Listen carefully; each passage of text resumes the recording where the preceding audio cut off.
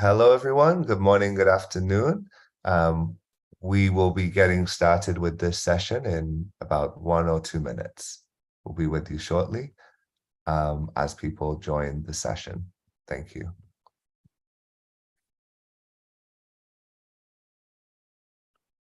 Feel free in the meantime to go ahead and introduce yourselves in the chat.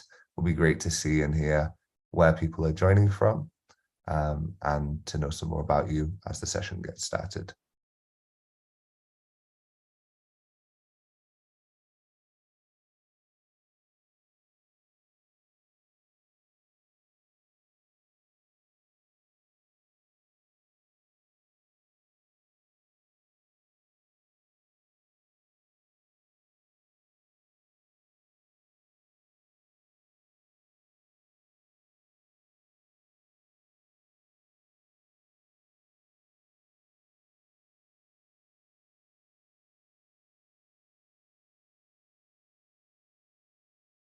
Okay, everyone. Hello, good morning, good afternoon, wherever you're joining from.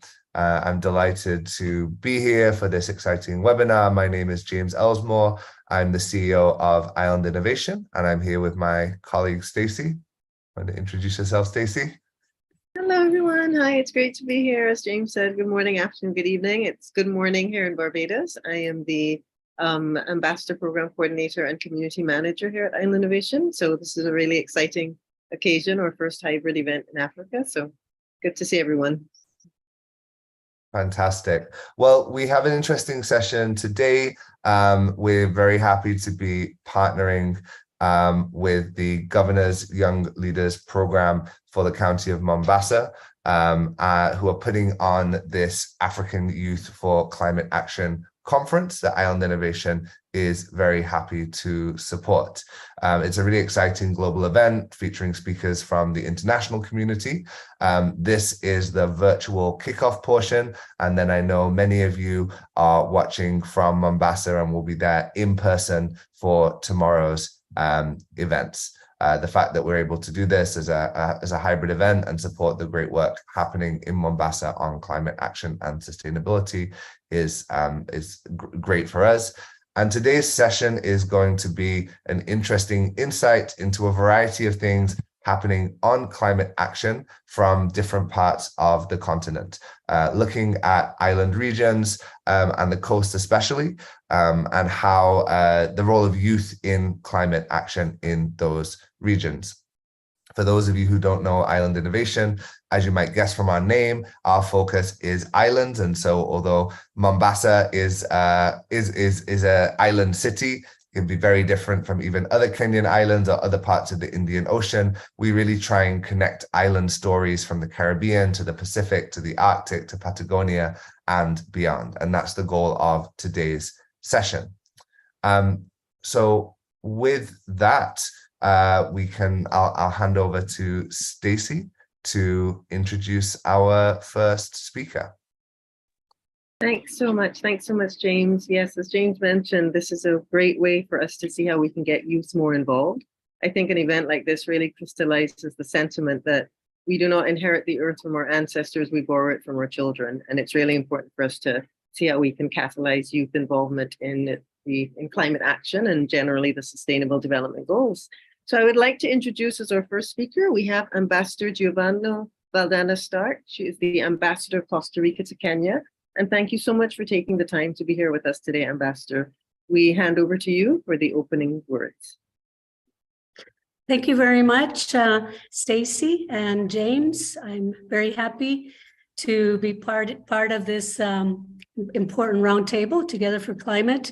I would also like to thank my dear friend Basil from the Mombasa Governor's Office. I had the pleasure of participating there a few months back in various activities related to climate action. So thank you again for having me here. I wanted to share some of Costa Rica's experiences. And even though we're not an island, I think for those that don't know it, Central America is one of the top 10 most vulnerable regions in the world to climate change impacts. Mainly because it's a very narrow isthmus, and so we have the Pacific side on the east side and the the Atlantic or Caribbean side on the east side and the Pacific on the west side. So we are hit by a lot of hurricanes and of course, the various slow onset climate change effects, such as we know the increase of sea level. So I just wanted to very briefly share with you some of the climate action that we've done in Costa Rica, I would say over the past 40 years, which have been key to our sustainable development model. Well, first, I think I have to go back to 74 years ago, we abolished the Army. And the reason that that is important is because we dedicated a lot of our resources to public education and health. And alongside with that, we also launched what we already at that time and in the law, it said that way to push for renewable energies. So we have 99% of our energies come from renewables, hydro like 72%, geothermal 12%, solar about 9%, wind is like 10, and a bit of bioindustry byproducts. So back in the 80s, we had 80% of deforestation rate in my country. And when we realized the impact that that was having in terms of soil erosion, mudslides, this sort of a thing, we said we have to revert this trend, and we did. And we are currently with 52% of our country has forest coverage. And the way we did this was we were the first country to set a tax on fossil fuels. And we created a fund, it's called FONAFIFO, the National Forestry Fund. And with that, we created what's called the Payment for Environmental Services. So basically we pay people, the farmers, mainly small landowners, to keep trees on their land and or have agroforestry. But basically the point is we need to keep ecosystems, we need to live in harmony with nature. So that was one of the most important steps, I believe, that allowed us to increase the forest coverage, which, as you all know, has to do with A, mitigation, B, adaptation, and C, resilience to climate change.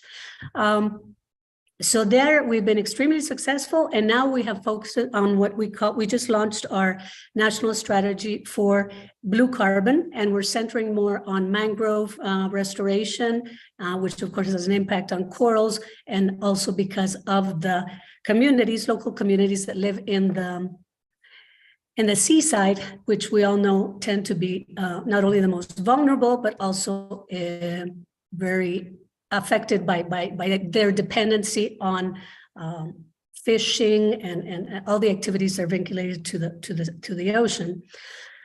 So how does this relate to what we do? Oh, because I'm sorry, I didn't begin from the beginning, and that is that I'm the ambassador of Costa Rica to Kenya and the permanent representative to the UN agencies. And for those of you who don't know it, the UN has agencies, the main one in New York, it has one in Austria, it has one in Geneva, in Switzerland, it has one in Rome, FAO, and the only UN bases, agencies, or programs that are in what we call the Global South are here in Kenya. And those are United Nations Environmental Program and UN Habitat, which has to do with housing and human settlements. So in those two worlds that I dedicate a lot of my time to, Costa Rica, what we've been promoting is what we call nature-based solutions, and the importance of all countries, in particular developing ones, to incorporate action in the rural areas as well as in the urban areas. And in the rural areas is what I was mentioning of having this focus of blue economy, or what we also know as the blue carbon sector, which here we're doing a lot of nice and interesting things between Costa Rica and Kenya in terms of mangrove restoration and trying to find ways of generating income, which Kenya is now very strong on seaweed farming, especially from women's groups. And then in UN Habitat, we have our General Assembly in June, and Costa Rica, together with Colombia, we launched a resolution that's called Biodiverse and Resilient Cities, and it's all about bringing nature and bringing biodiversity into the cities. So sorry if I've,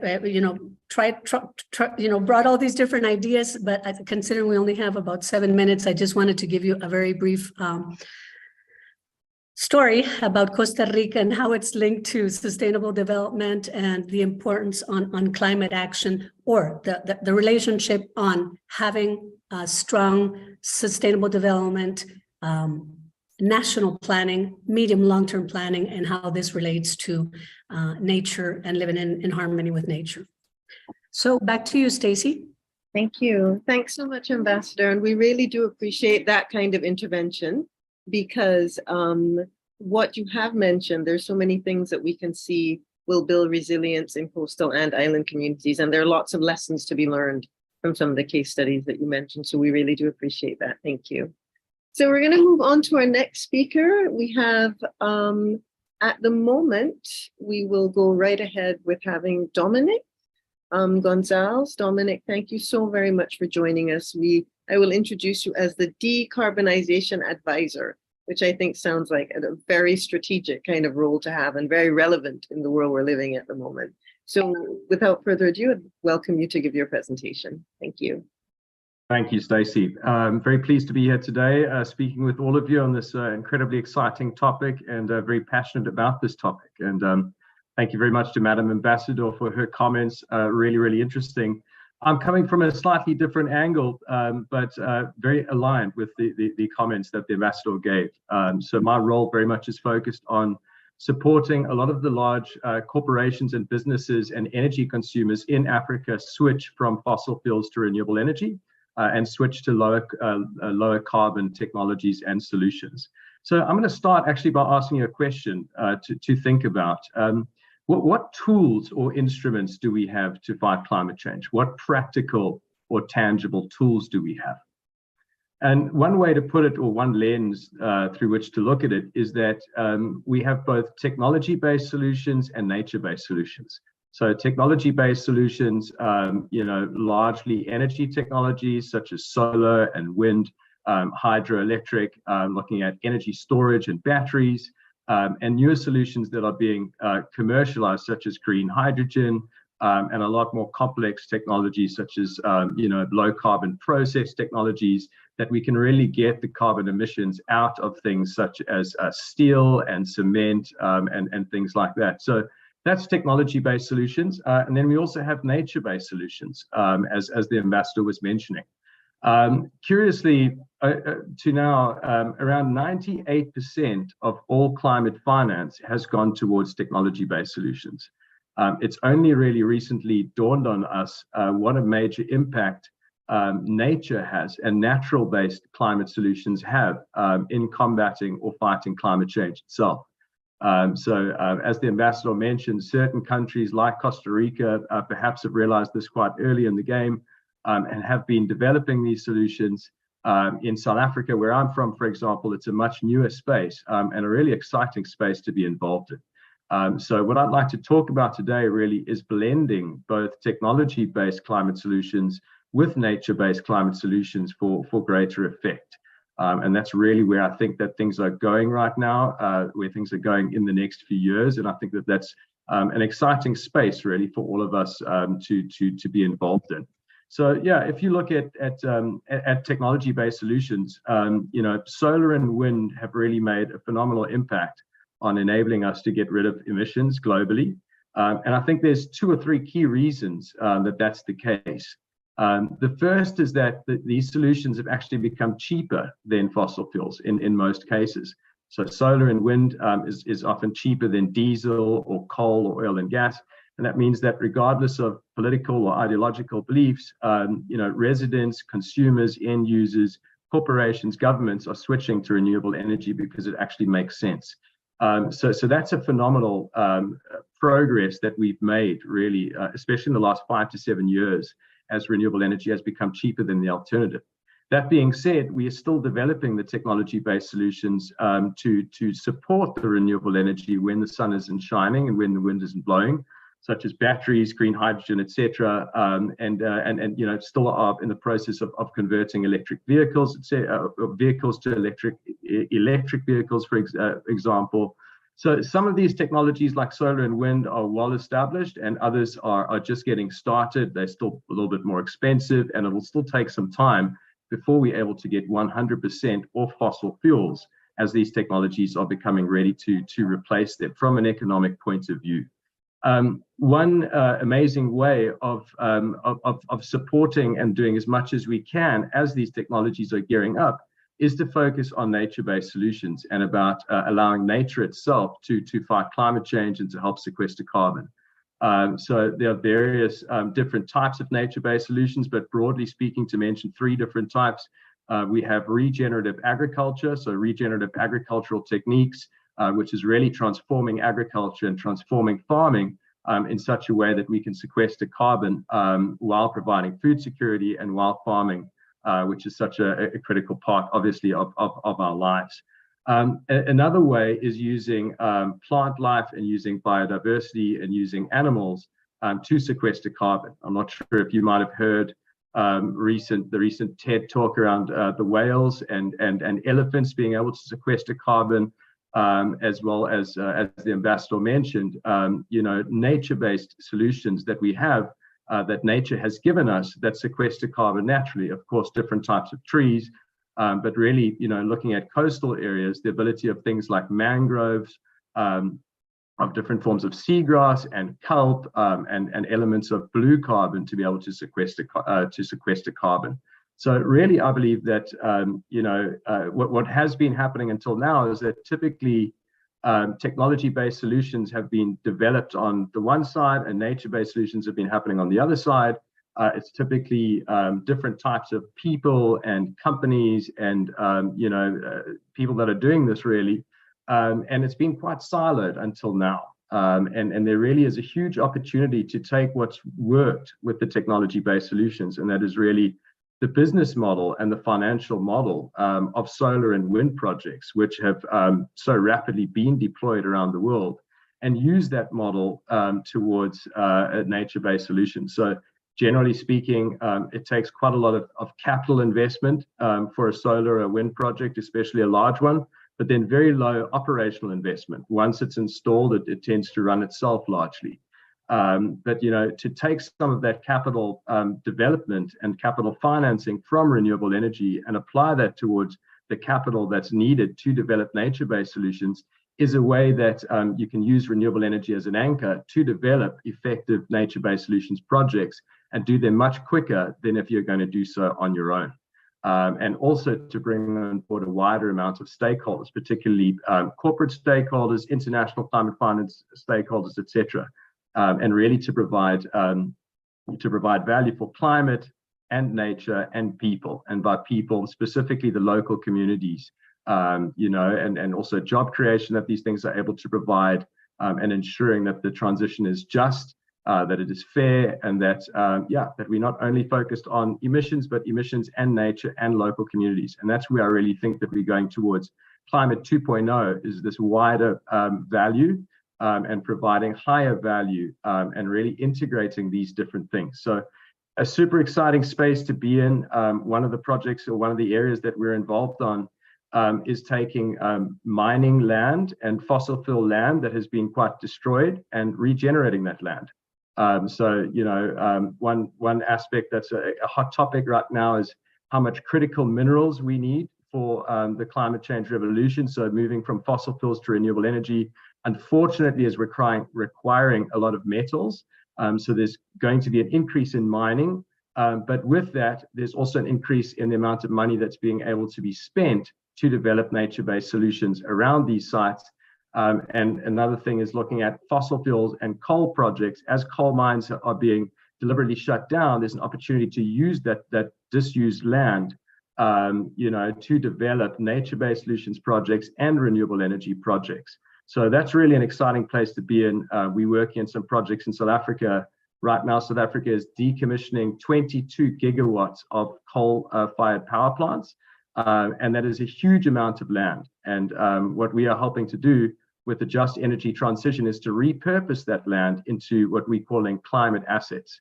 So it's taking a circular economy approach And instead of just abandoning old, disused mining land after it's been, after the stuff has been dug out the ground, looking at regenerating that land and providing, flora and fauna and renewable energy and batteries in a way to really help with the climate change response. So that's where we are. That's some of the interesting stuff that we're involved in. And yeah, right now there's no more interesting time to be in the climate space because the amount of solutions are fragmenting outwards. And I think we're just beginning in terms of our climate change response. There's so much to go. There's so many good ideas that are coming around the table now, and that people are trying to figure out how to finance, how to develop, how to roll out. And it's really requiring such a collaboration between local communities and stakeholders, between residents, between political entities, between governments, between corporations. Everybody needs to play a part. Everybody can play a part, and it's really around this collaboration that we're able to develop a better world and clean up our world and leave it in a better place and allow nature to thrive. Thank you. Thanks so very much for that, Dominic. I think it was really wonderful how you did draw attention to the fact that, nature-based solutions and technology-based solutions, people think of kind of opposite ends of a spectrum, but it's actually part of a continuum. And for everything to work in a way, we've got to enhance the collaboration and the intersection between those two. So that was great to hear. So thanks very much for that. I see that we have with us Mr. Basil Angaga, who is really one of the key voices in this conference. Basil is the Chief Sustainability Officer of the County of Mombasa. So we would love to have him say a few words. Basil, it's great to have you here. And I'll turn the mic over to you.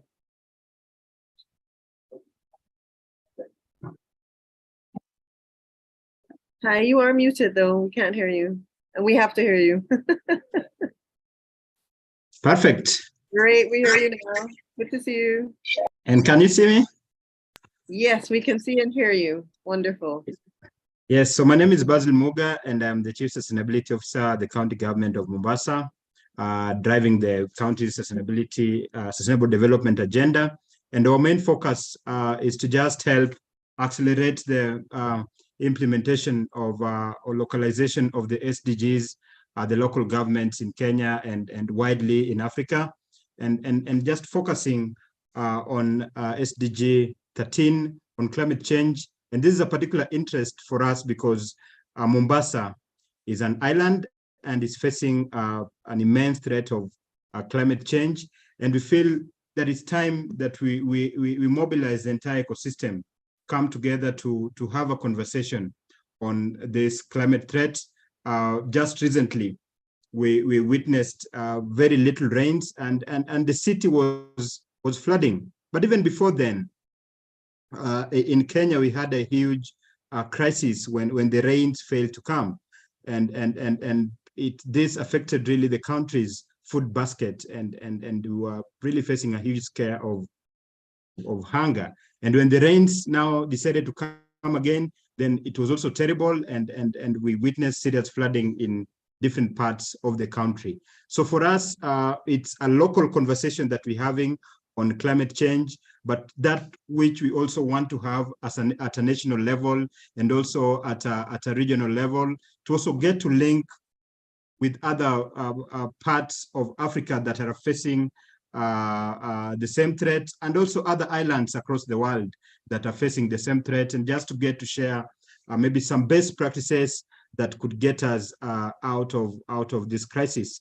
We are our issue is also being exacerbated by the fact that most of the coastal dwellers are people of very humble means. So that means that they have to rely maybe on firewood for mangroves, and that means they have to cut several trees every day, every week, to just ensure that they have sufficient fuel for their household needs. So we want to move this conversation from getting access to maybe other options of renewable energy that could be more affordable to these households, but also just restoring what we've been able to damage so far.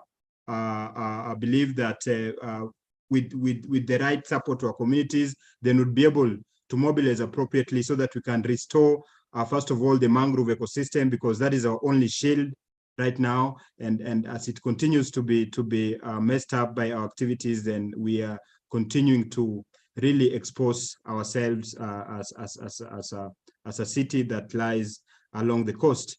But over and above that, we are also looking at now going deeply into nature-based solution to just also get to restore biodiversity in the city.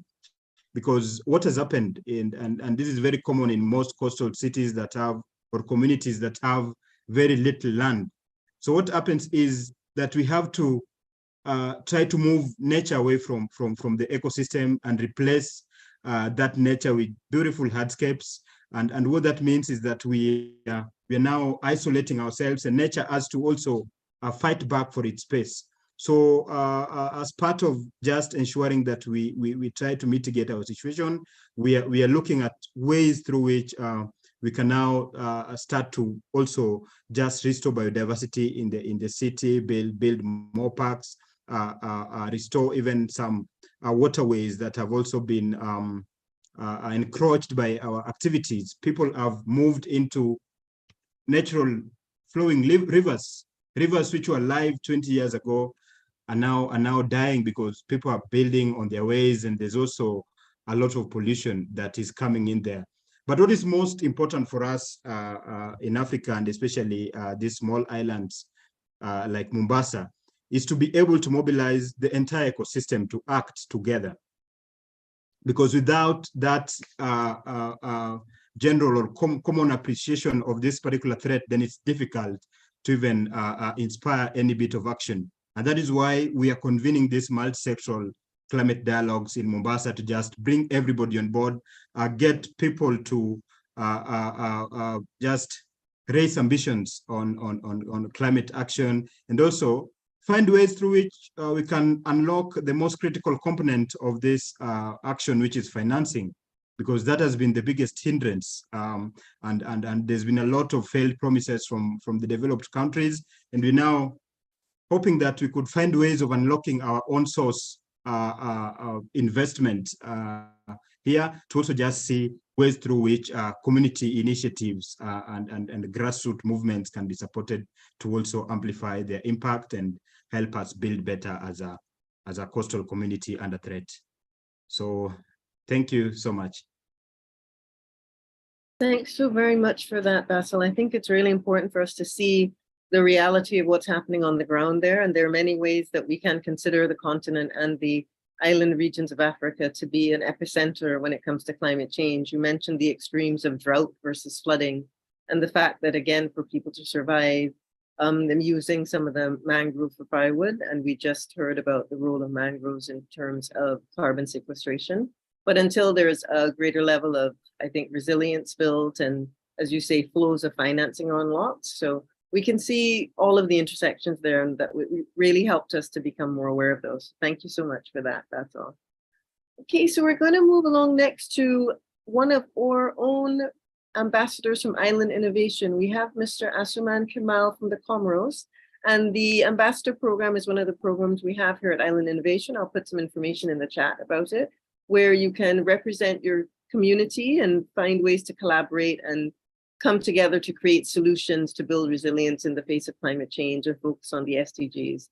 Asuman is from Comoros, and he is a youth activist and a children's rights activist. So since this conference is centered around the role of youth, it would be great to hear from you.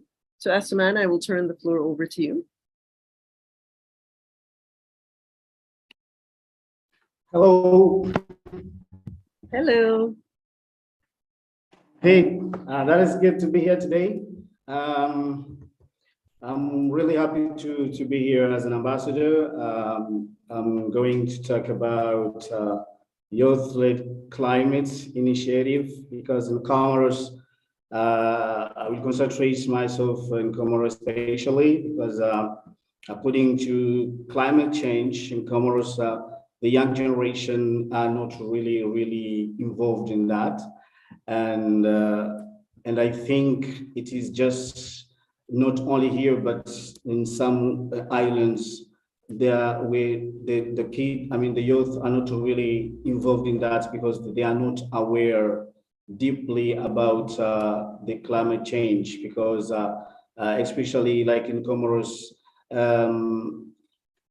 to learn about climate change, you need, when you are very high. I mean, you are in the higher schools, but I think education and awareness should start from the roots, and try to teach young people to learn about the climate change, its causes, its impact, and solutions very earlier. Because if it is like that, then the solution will get good solution, because everybody will be aware of the situation very earlier, and we will know how to face the challenges of the climate change.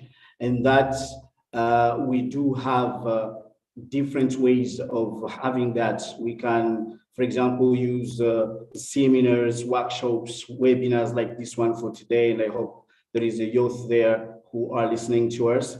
And we can use the social medias. We can. I will encourage that government to put it in the curriculum of any nation, because if students are learning from primary about the environment issues, I think they will be ready to face that. In Comoros, we don't have that in our curriculum.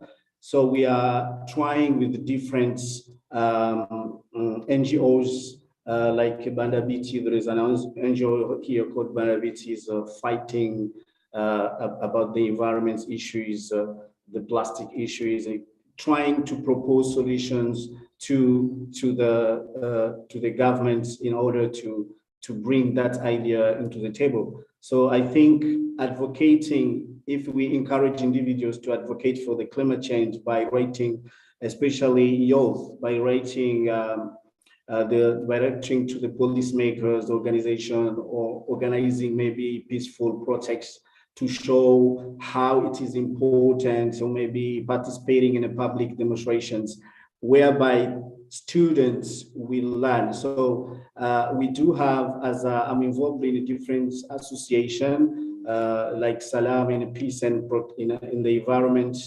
And sometimes we do go and visit schools in order to teach them, to guide them about the environment issues, in order them to be ready to face that. Because you find people are facing, but they don't know that they are doing bad things to the environment. They see like it's normal. So it's something new in Comoros that we should put that in awareness, in order everybody to understand it before we go ahead. And I think, again, we should encourage sustainable lifestyle in order to teach the youth how to encourage the individuals to adapt sustainable life by reducing their, for example, the carbon footprints, for example, the public transport, the cycling, maybe walking instead of driving, in order to reduce the gases, and that's using energy efficient appliances. I think those are good things that we should teach our kids generation, this new generation, to come up with good ideas like that that can save our planet, because the environment, we are part of the environment, and if we don't protect the environment, then we will not protect ourselves. So teaching them to reduce the plastic use, I think, is a good idea, by trying to stop importing things that are coming with plastic. For example, in Comoros nowadays, we have more plastics. It's not that too much, but we fear it to get worse. And we don't produce anything from plastics. So every plastics comes from outside. So if we don't get solution to bring it down, to encourage people to eat in plant-based diets, then I think things will not be will be worse in the next years. So as we know that technology today is very powerful tool, then I think to encourage the use of technology to reduce carbon emissions and promote sustainable practices, for example, using renewable energy and source like solar panels, I really appreciate it, because nowadays our governments are trying to bring that energy in Comoros, and we have a whole part to the south that are using solar panel, which is very wonderful. We are trying, and we are encouraging again and trying to teach the new generation to come out with solution like wind turbines, developing apps that help individuals to reduce their carbon footprint.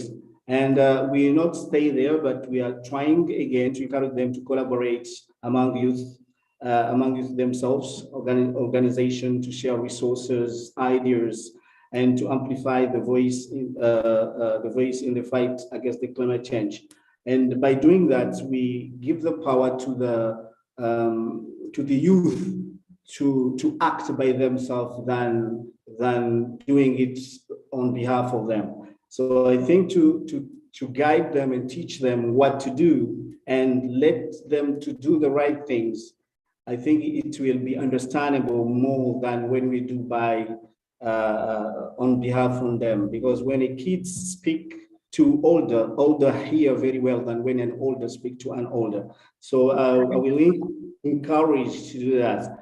And I think when we change, when young change makers share their rights with peers, it will be generation empowered to share a better future. And setting a youth advisory group, reverse mentioning ways to make decisions more youth-centric, I think youth will have a central role of driving an innovative climate and technology to adapt to the impacts of climate change. And that doing so, it will help us to give the kids to know how to protect the environment, because when they protect the environment, they will protect themselves. And I think political engagement, again, is really important. So it will be better to encourage young people to get involved in policies by maybe running for local office, whereby they can contribute, whereby they can be heard, or maybe supporting candidates that can prioritize climate actions. Because I think here, like in Comoros, we have a big problem for example, for election, we don't vote because we see the other person that is it has something to do, but you vote because you know the other person, or the other person. So there is no that reality of choosing the right person to help the country to grow. So nowadays, as NGOs, we are trying to teach and facilitate and guide the young generation to have a clear mind that can help to help with this country. For example, 2 years ago, the Comorian Red Crescents, we had the young people who are working with them, and they are taking action to reduce the risk of disaster caused by the accumulation of waste in the mangrove. Because in Comoros, we have more mangrove, but people before they didn't understand the role of the mangrove in the environments. But nowadays, action are taking, and we'll say that things are getting positive, which is good. Thank you very much. And as I mentioned later, yeah, sorry. Thanks very much for your intervention. We are gonna just ask you to wrap it up here because we do have to get to some other speakers. But one of the things I wanted to draw to everyone's attention, your mention of intergenerational knowledge sharing. I think that's very important for us to empower the young people, and crucially, the role of climate change education being embedded in national curricula. So that's something that we definitely do believe in at Island Innovation, and we're very, very happy to have you draw that to everyone's attention. So thank you so much for being here and representing as an Island Innovation Ambassador so well. Thank you, Asuman. Thank you too. Okay, so we'll go right along now. We'll move along to hear from Baraka. Thank you so much for being so patient, Baraka. You are here representing Together for Climate. So it would be great if you could unmute your mic and open your camera, and we'll listen to your intervention. We would love to have you say a few words. Thank you. Okay, thank you so much, Stacy.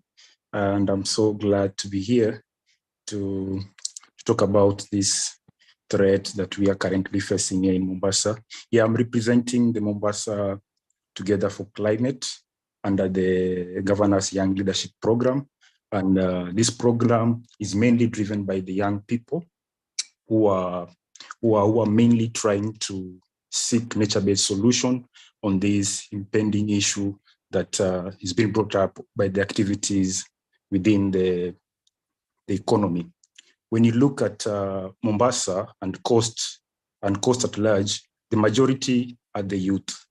And this youth, we need to find an avenue of bringing them together so that they can meet the scientists, they can meet all these specialists, grassroots leaders, and try and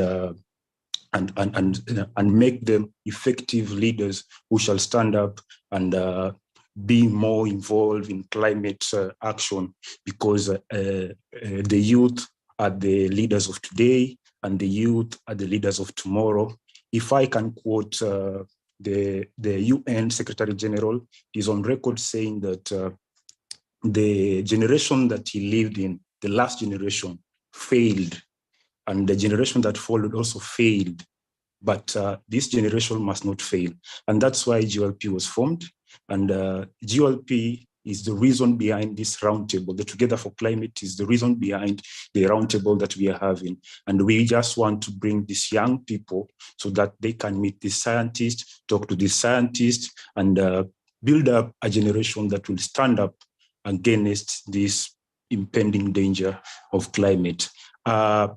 When you look at last year, we had our first engagement with the youth, and I can say that I've seen a lot of young men rising up in Mombasa and coast at large, trying to be leaders, to be agents of change, so that they might be recorded as guys who stood up in this generation. Because climate, if you don't take up a role in trying to combat the climate issues today, it will affect your future, and it will affect your kids. As the UN Secretary General said, that we are living with this threat because their generation failed.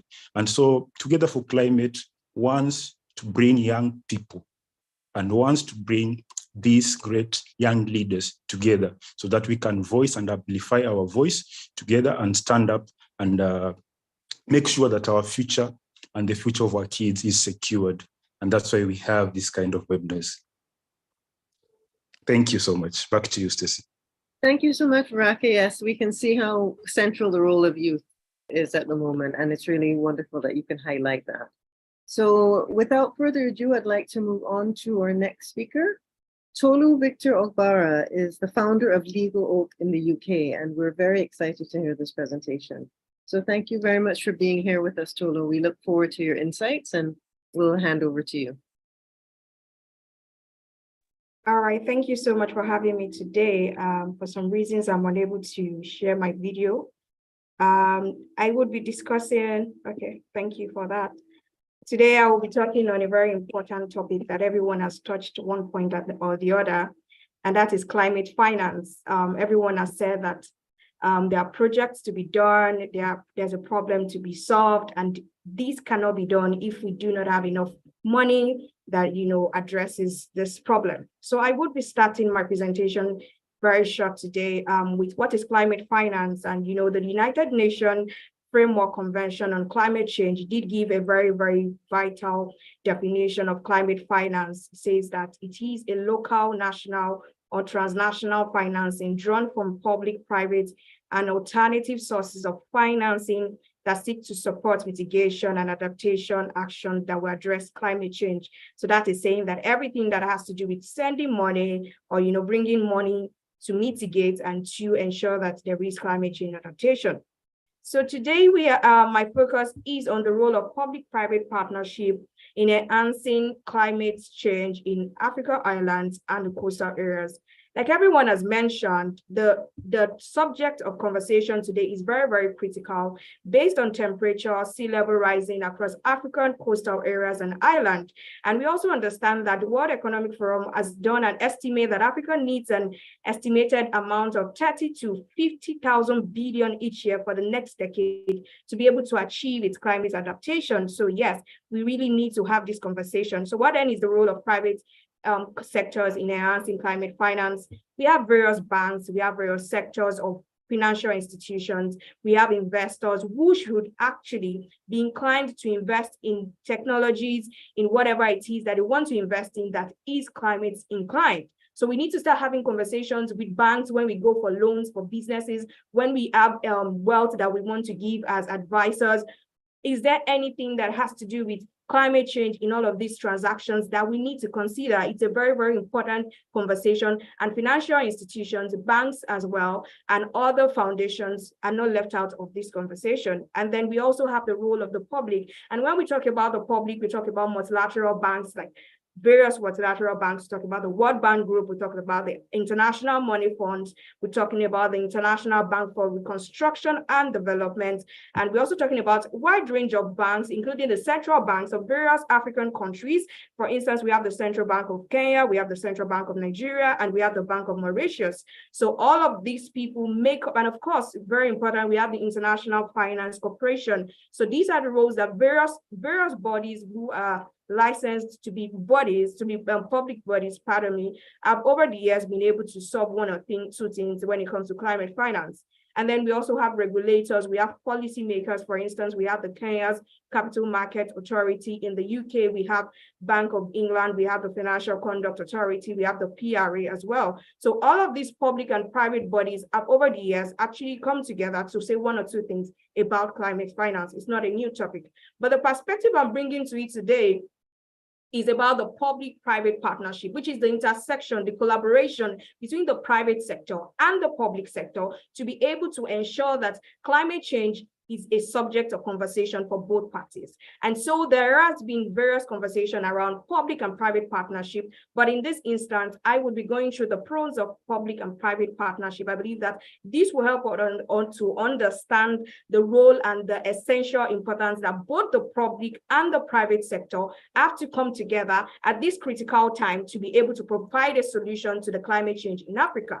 And the first pros for the public-private partnership is that it allows a large scale of government projects and infrastructure. Almost everybody who has had the privilege of speaking before me today, they have said that at one point or the other, there needs to be project, there needs to be infrastructure, there needs to be one or two things that needs to be put in place. So public and private coming together. For instance, now the statistics shows that Mombasa's key blue economy is ports, maritime trade, and tourism. So the private sectors in those industries, as well as the public sector, they need to meet together to be able to provide a solution, as well as the financial sectors that are involved in all the projects that these institutions, afford.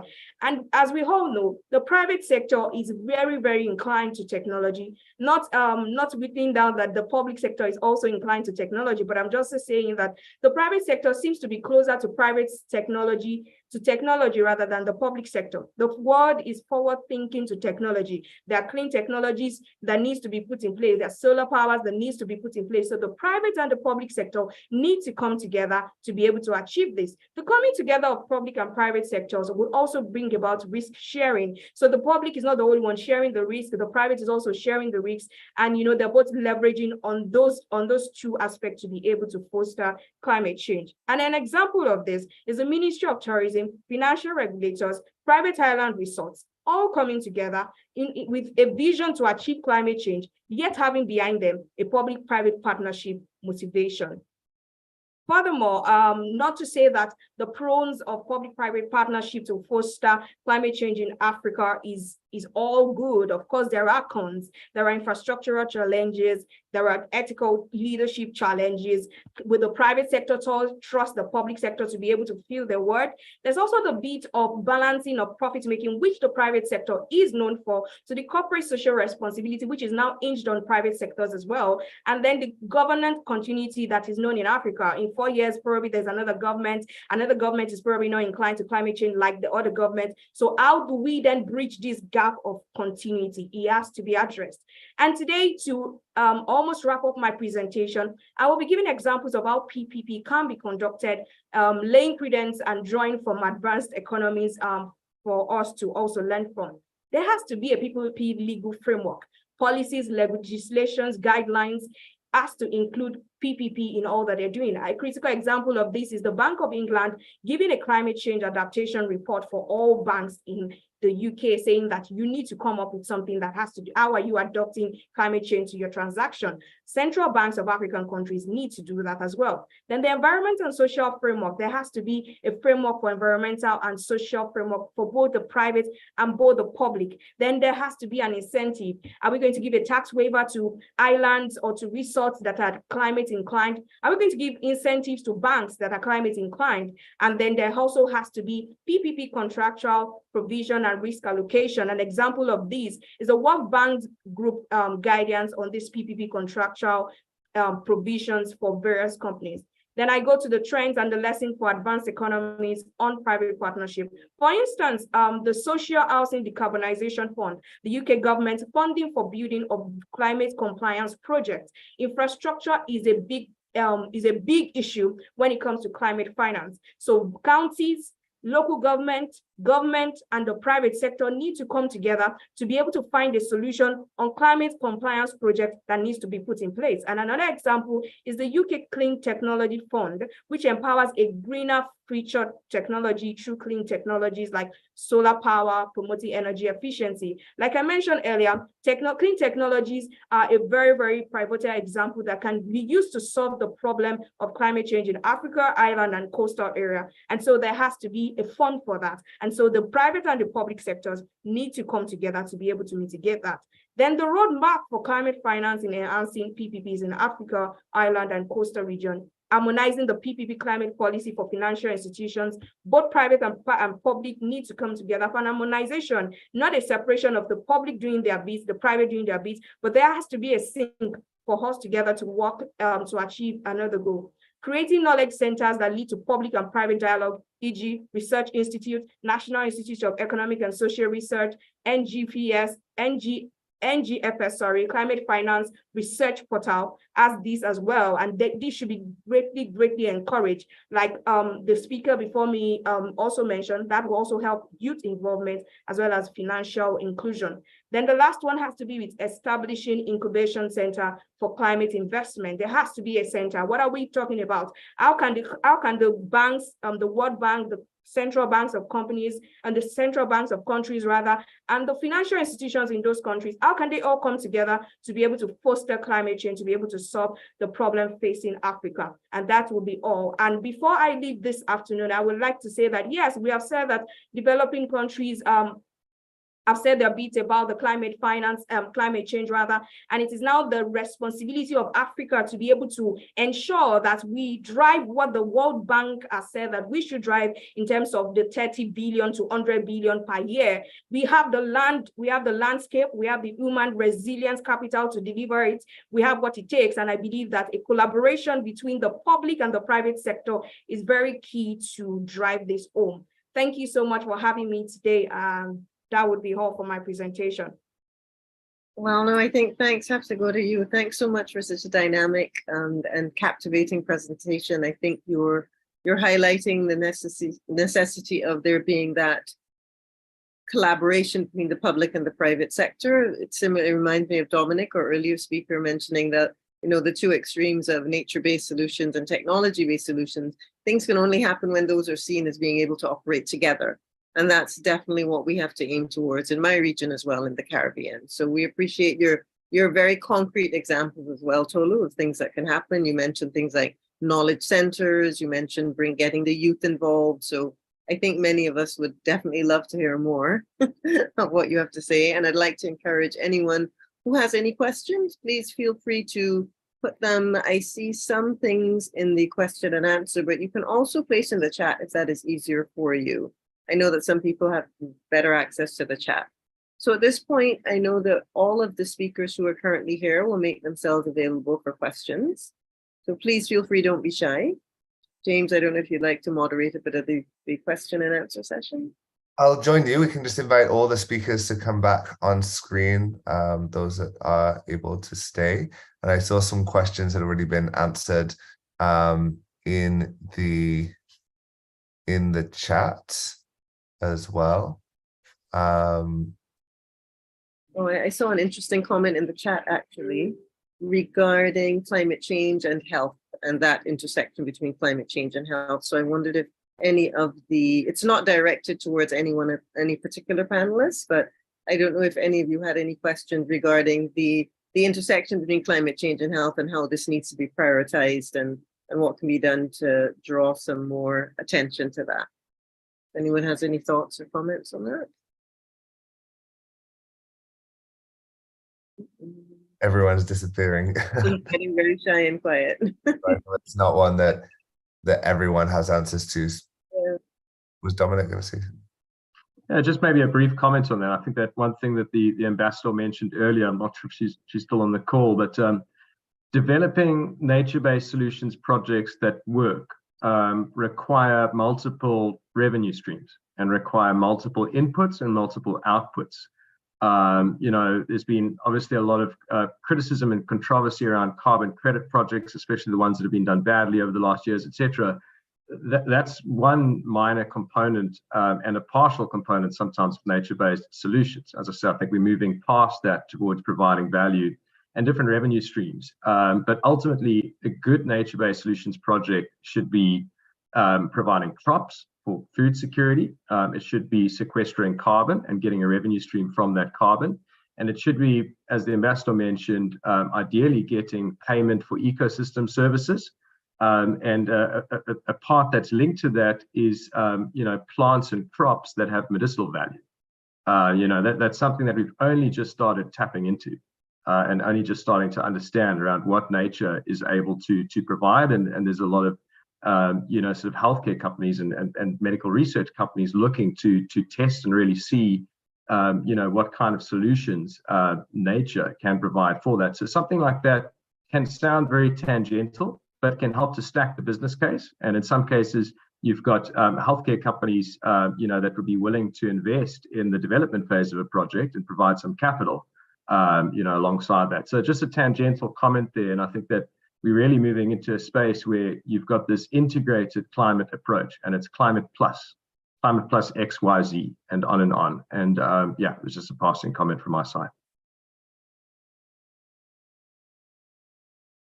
Thank you, Dominic. I agree with that. It is important to focus on the intersections, because then we can see what kind of co-benefits can lead into everything, and just how tangible the solutions and how resonant the effects can be. So I think that was very good. Thank you so much for that. I'm going to check the Q&A to see if there are any questions. About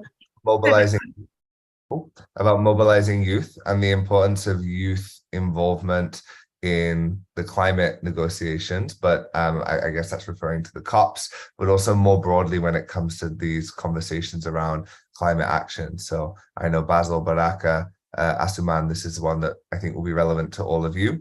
And it can be more broadly as well about any comments you might have about the role of these climate negotiations and the opportunities for specifically African youth to have a voice and a participation in those conversations. Maybe Basil, we can start with you. Yeah, I think that is quite important. It's quite important. But before I get to your question, I just wanted to also make a quick comment on the intersection between climate and health. And it's a really serious concern here in Mombasa, because Mombasa gets hot a lot. And recently, when we're doing our stock taking, we realized that there's a new trend of heat-related diseases in the county, and that is something that we could directly associate to climate change. So there's those interlinkages, and now that is why this must now take a multi-sectoral approach. But back to your question about the involvement of young Africans in these negotiations. I think, first of all, there have been several limitations to the meaningful engagement of young Africans in these negotiations. Some of these are financial, because the opportunities to also participate in those negotiations have also not been forthcoming, because government, until very recently, government has started maybe sponsoring a few guys to go, but also it's not something that happens every day. Of course, there's applications that are global applications that you could also maybe get grants and stuff like that. But of course, they're very competitive, and most of the young Africans may not get them because of maybe failing to get the right context. But I think what is most important, and what we can do, and what is more reachable to us, is to start training our young people on these negotiations. Start training them about some of these UN processes. What are these documents? What are these treaties? So that they also know what these negotiations are about, and how best they can also contribute to those negotiations. And even through some of these, like now, local programs, also just getting to educate more people, create more awareness. And also, if not everybody is going to go to COP, then let's have some of these online platforms for them to just get to engage and learn. Thank you. Well, thank you for that, Basil. I wanted to actually bring something to the table regarding my region and young people from the Caribbean in terms of participating and creating a meaningful voice in international negotiations. I think youth from the Caribbean definitely face some of those issues. They face the financial barriers. But I think too, one of the issues we have in our region is the matter of inclusivity and making sure that there is enough of a cross-section of youth from all parts of society represented at such negotiations. It tends to be those who are better connected, higher up in the social community, as it were, who then have the connections or the means to the webinars or the programs. So there has to be a level of what I call democratizing education and access, whether it's virtual or in person, to a lot of the trainings that have to do with that. So I think this is something as well that I know Island Innovation, we're very passionate about, seeing how we can change, how we can make youth participation something that's much more inclusive. So thank you for that. Can I add something, please? Sure, please, Asuma. We would love to hear from you. Yeah, thank you again for the question. Is really a powerful questions for what is happening today. I think locally, if I say locally inside our own governments, the things is somehow complicated, but we're still fighting to do and to get the place and the chair of the youth in the negotiation of everything. But I think internationally it has already started, seeing young generation being invited in the UN conferences and all that is a really beginning. And now we are hearing the voice of youth in every higher forums and things like that. So I think the hard work is inside us in Africa, trying to convince our governments to through NGOs. I think things are moving. I would just say to us here in Comoros, through NGOs nowadays we have youngs who are in front, who are sitting and discuss with the higher people due to the environment. But I underline something really important. If we don't teach these environment issues from the roots, then the youth, they will not know how to negotiate. So I think we have to bring the education, the transforming education to the table and teach the young kids from the beginning, then we'll find ourselves there. Thank you. Thanks very much for that, Asuma. Really Can I add something? Sure, Baraka. I just see that Tolu had her hand up. So can we have Tolu going first, and then we'll come straight to you, Baraka. Thank you. Go ahead, Tolu. All right, thank you so much. I wanted to add to it that another way in which the youth can be adequately involved in climate change conversation is through research and publication. I believe that research poses a very, very critical position to how things can be read, how policies can be influenced. So whilst we are also waiting for the government and waiting for various stakeholders to be able to, get youth involved or for you to be involved, we can also start from where you are. You can start by enlightening people about climate change. Do you know if you do this, do you know this will happen? It's like a little bit of water that then forms a mighty ocean. So I believe that it starts with us. Thank you. That's a powerful sentiment. Thank you for that. Go ahead, Baraka. We'll love to hear you now. Okay, I just wanted to highlight that youth have three unique characteristics that we really need to exploit. One is their strength in numbers. Two is their strength, physical strength, as compared to other age groups. Then three is in terms that this is their generation. And that's why in Together for Climate, we are really trying here in Mombasa to ensure that these youth are taught. They are taught the negotiation skills. They are taught on how to at least look for this climate finance and at least be agent of change. So I believe that as per that question, us in Together for Climate, we are really trying to make sure youth are well equipped with the knowledge that they need to be effective in negotiations and to stand up and be there for this generation and the future that is to come. Thank you. Thank you for that, Baraka. That's great that you mentioned that. Yes, I know youth have a lot going for them, and we have to be sure that there's also a level of mentorship involved with the youth and young people to help them navigate those same spaces. So I see, Dominic, you have your mic unmuted, so I don't know if you'd like to make a comment. You're welcome to at any time. Yeah, I completely agree with all the other comments, and maybe just to add on, you know, what I'm seeing a lot now is youth coming inside a lot of corporations and start to transform the culture from within, you know, from inside. You know, you're seeing corporations that, and we all know the stigma, corporations don't care, they're profit driven, this is not their big thing, and climate has become a big thing, and people are realizing this and people are changing. And, you know, some years after that, you've got corporations with 30 people employed in climate and decarbonization and sustainability and ESG and all of these things.